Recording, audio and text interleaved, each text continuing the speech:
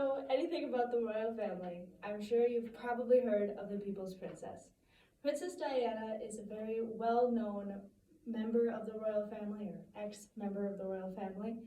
She's known worldwide about her charities and the things that she's done for her people, mostly her going against the royal family.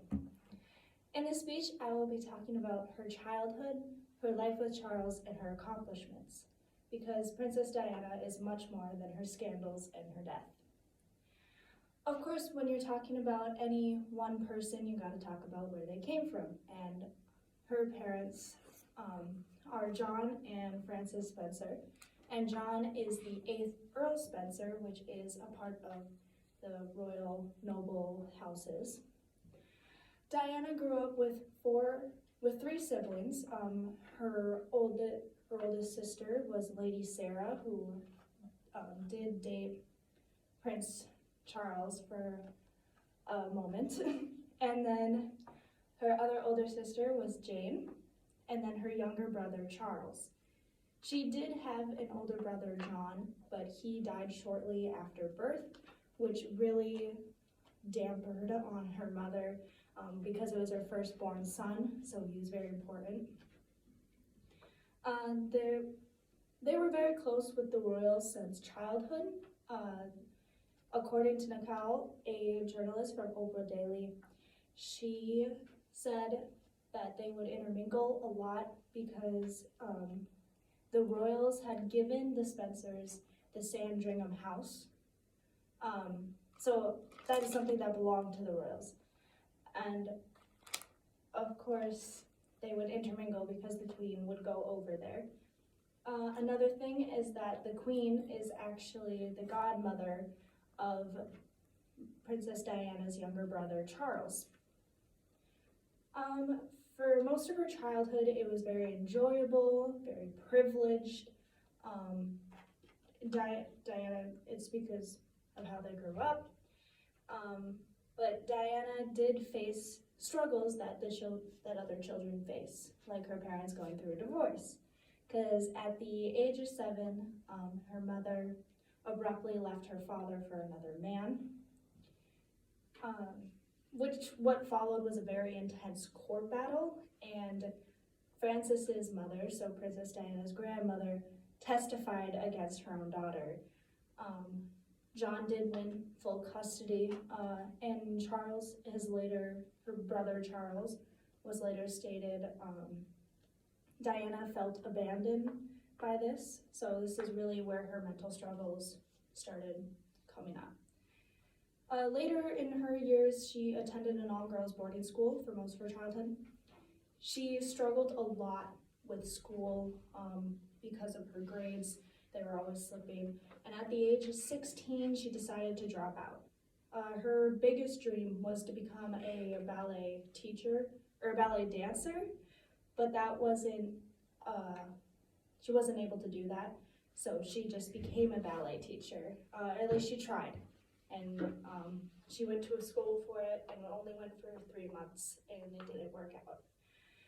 She then took up a bunch of odd jobs like house cleaning, nanny, kindergarten teacher, and for people of her status, it is very common for her to take these kinds of jobs. Of course, at the age of 18 is when she met Prince Charles or started courting him. And courting is very different from dating, because courting is mostly what happens with royals, because it's dating with the intent of marriage very quickly. After only 13 in-person meetings, Prince Charles proposed to her, but he later admitted that his father very much pressured him into proposing, because there was a rumor going around that he was meeting up with his old flame, Camilla. So of course it would look better for the crown if he did propose and get with her. So they got married, and of course with this big hot new couple, it comes with all the media attention, and Diana is quoted saying, "With the media attention came a lot of jealousy, complicated situations arose from that." And that's where the trouble really started building in their relationship. She stated that in the Panorama interview. She's also stated to say that she has her true self and her royal self.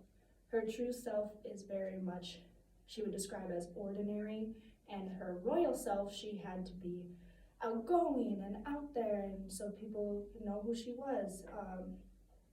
That was quoted from Abel and Stock from the British Journal of Psychology. While she was with Charles, she did a lot of things that went against the royal code. They would get mad at her a lot because she was known as a rebel in the royal house. But she really used her status to raise a lot of awareness and things like that. But one of the big things for breaking the royal protocol is that she did a foot race for her son, and the queen was not happy about that. She used her, like I said, she used her status for awareness, and Donovan from CNN is quoted that she said she did awareness for leprosy to domestic violence to mental health. She also shook hands with someone who had AIDS, and at the time, everyone assumed that you would catch AIDS by touching their hands or any sort of contact, and she proved them all wrong, and it was a huge thing.